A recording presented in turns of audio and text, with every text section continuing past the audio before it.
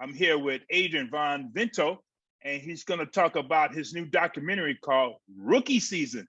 And if you like fast cars, you like the smell of the fuel that's coming out of fast car, watch this documentary. But Adrian, I really enjoyed this one. I really did. So tell us a little bit about it.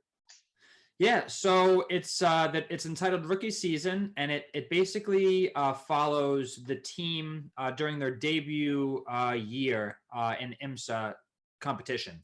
So the team members themselves have all raced before, but it's their first time together as a team, and it follows the highs and lows. And I mean, there's definitely a few of those. And itself is a documentary, but it was always my goal to have it be more of a cinematic film. So there's no sit down interviews, there's no talking heads. No one's ever going to look at you in the camera. It's all fly on the wall stuff. And all the voiceover narration that guides the film is really introspective and attempts to answer a lot of these deeper questions that you don't really get answered when you watch races on broadcast or on TV. Um, it's a Well, that's lot one thing about I enjoyed yeah. about the film. It got me much closer to the drivers and the crew pit too, or the crew people, whatever you call them, because they were uh, making a lot of comments about that. So, first of all, you had cameras inside the cockpit, I want to call it. And how did you arrange those cameras in there for the best optimum visibility and sound? Because it was very good. Yeah, no, thank you. So in terms of the visibility, that's a little bit of experience having worked with cars a lot and where to position the cameras and all that kind of stuff. You're also a little bit limited by what the cars have available. So most of those were roll bar mounts. And so if the car doesn't have roll bars where you need them, you're not putting the camera there. And during a race, like a GoPro sticky mount or a suction cup thing is just a little bit too risky for my tastes, because you never want one of your cameras coming off while these guys are racing. But luckily, the Camaro has a lot of great placement options. So I sort of had my pick as where these cameras could be.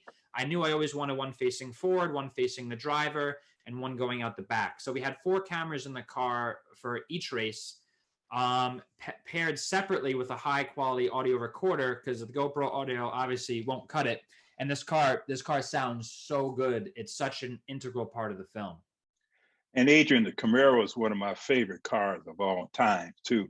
Now, why are they using the Camaro? Is it because of sponsorship, or why are they using just that particular car? It's a hell of a car. It is a really strong race car. Robin Liddell has strong connections with Chevy and has raced in this car with Chevy for a number of years, so he's very familiar with it. They know a lot about the car. He drives the car very well. But the car itself is just a great platform. I mean, they revamped it a number of years ago and brought it into the modern day. And I mean, it's a solid race car. That coupled with Robin's connections and experience with the car, I think was one of the main reasons they went with it. Well, I'm gonna tell you I had a few exciting moments in this watching this film, but one of them was the Camaro going against the Mustang while they Yeah. on the track. Oh man, that was exciting for me. I really enjoyed that because growing up, I've always been a GM guy. My other friends are Ford people. They love the Mustang, and I love the Mustang too. Don't get me wrong, but man, that was very exciting the way you filmed that directly, almost from the point of view of the driver. Yeah, so there were actually 2 sequences, I think, where the Camaro and Mustang are going up against each other. The one where they're really fighting for the win at the end at Canadian Tire Motorsport Park was cool because I had all the cameras in the Camaro, which was leading the race at the time, followed by the Mustang. And the Mustang, this is the one point in the film where I did actually have to lean on some broadcast camera use, because the series had their cameras in the car of the Mustang. So we're actually able to cut back and forth to exactly what the driver is seeing for each of these cars during this chase sequence where they're like, fractions of a second from each other, which was really cool. So to be able to portray that via both cars, I mean, in a documentary, is pretty awesome. Yeah, like I said, I was excited about that. But also, I was noticing too that they would drive in any weather with the rain and things like that, and then they'll switch to rain tires or the slick tires. Tell us a little bit about that, how that was going on in the crew section of the racing format. Yeah, so I think rain racing to me is one of the most compelling forms of racing. Number one, from a filmmaker's perspective, it adds a lot of drama, and it's really cool to see racing in the rain from a cinematography standpoint because you don't often see it. But from a racing strategy standpoint, there's a ton of stuff that goes into that. And Robin has a scene in the film where he really talks about everything that goes into it. Because it's not only just, is it raining? Do we put rain tires on? Is it not? Do we put dry tires on? A lot of times rain's coming through for a period of time and then it's going away.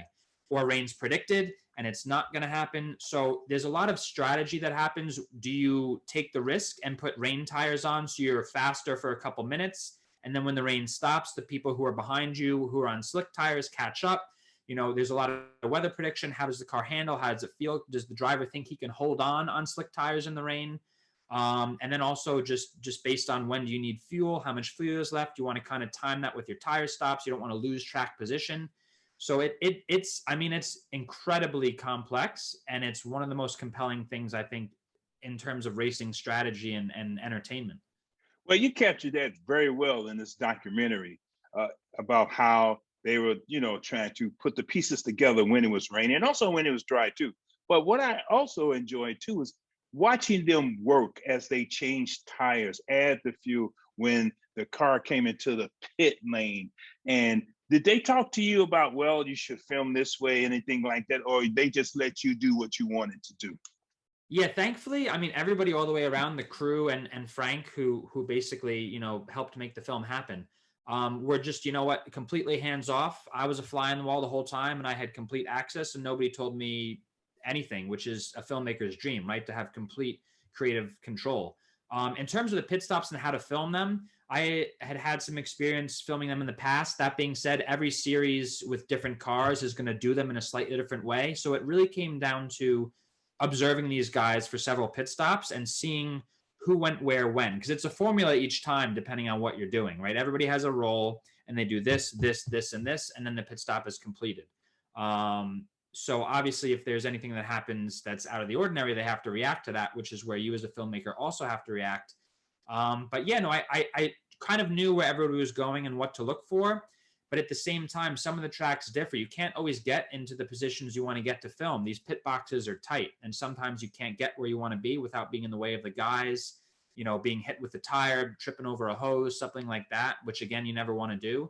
So it was kind of a combination of what I knew I wanted to look for versus what I could achieve given the parameters of the fact that this wasn't a studio shoot.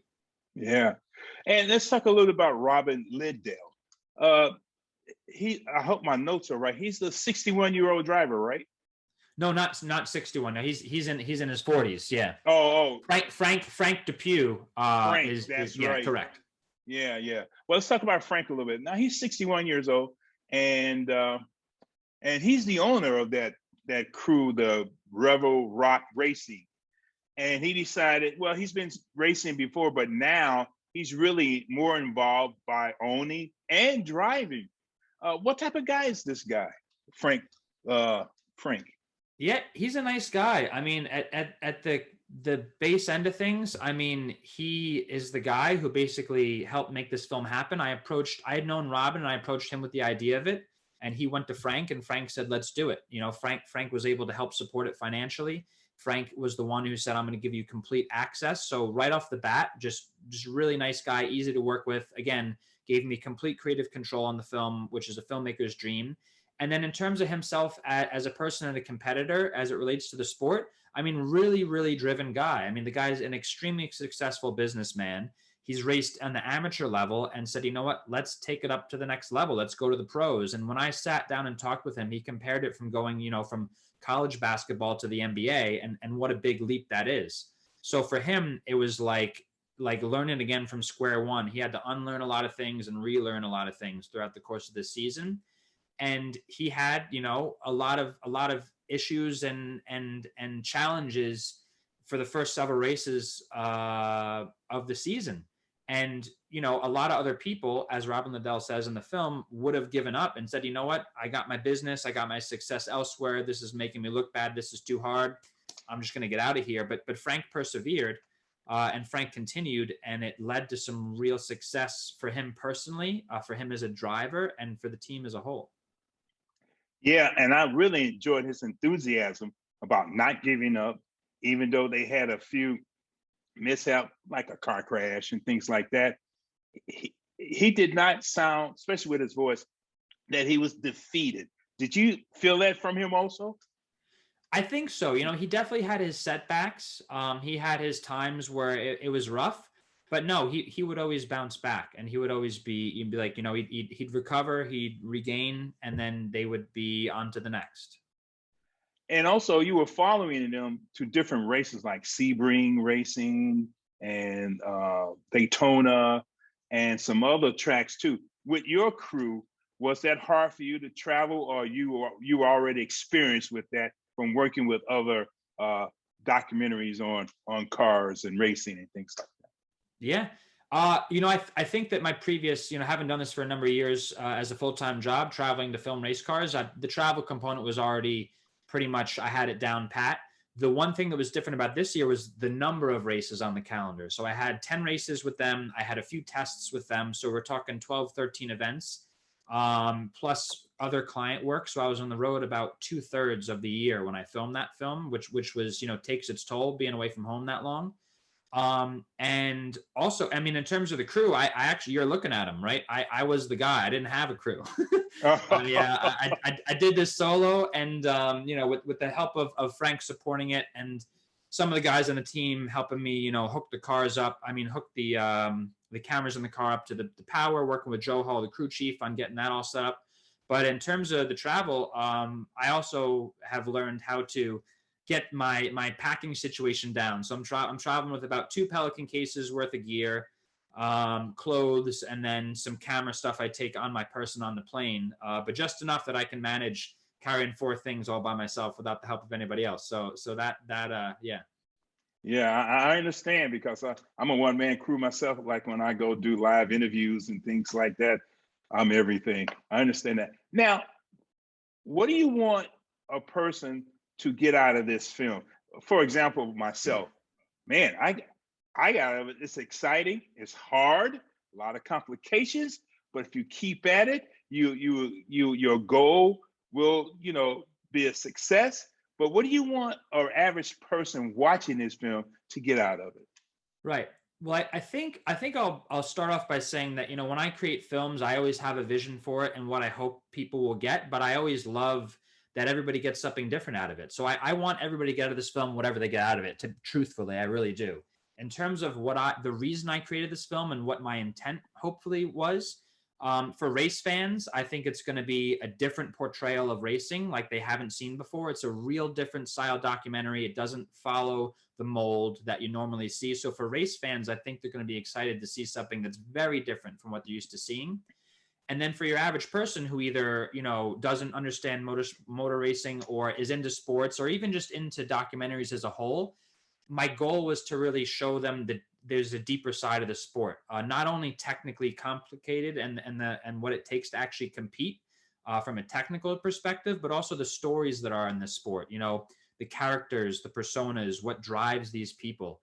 And hopefully people who, you know, aren't familiar with motor racing will come away from this film with a newfound appreciation for it, or at least more of an understanding of what goes into it.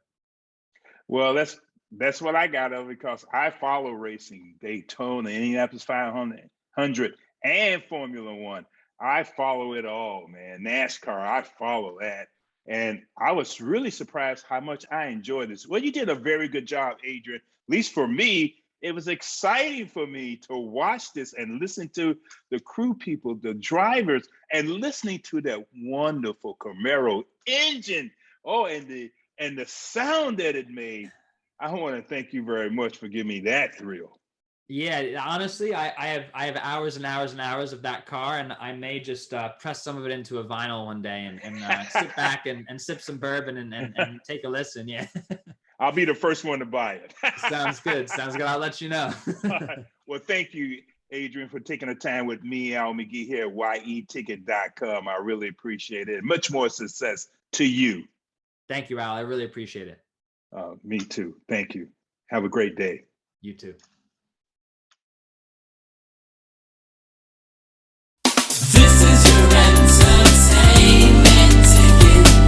latest and greatest movie.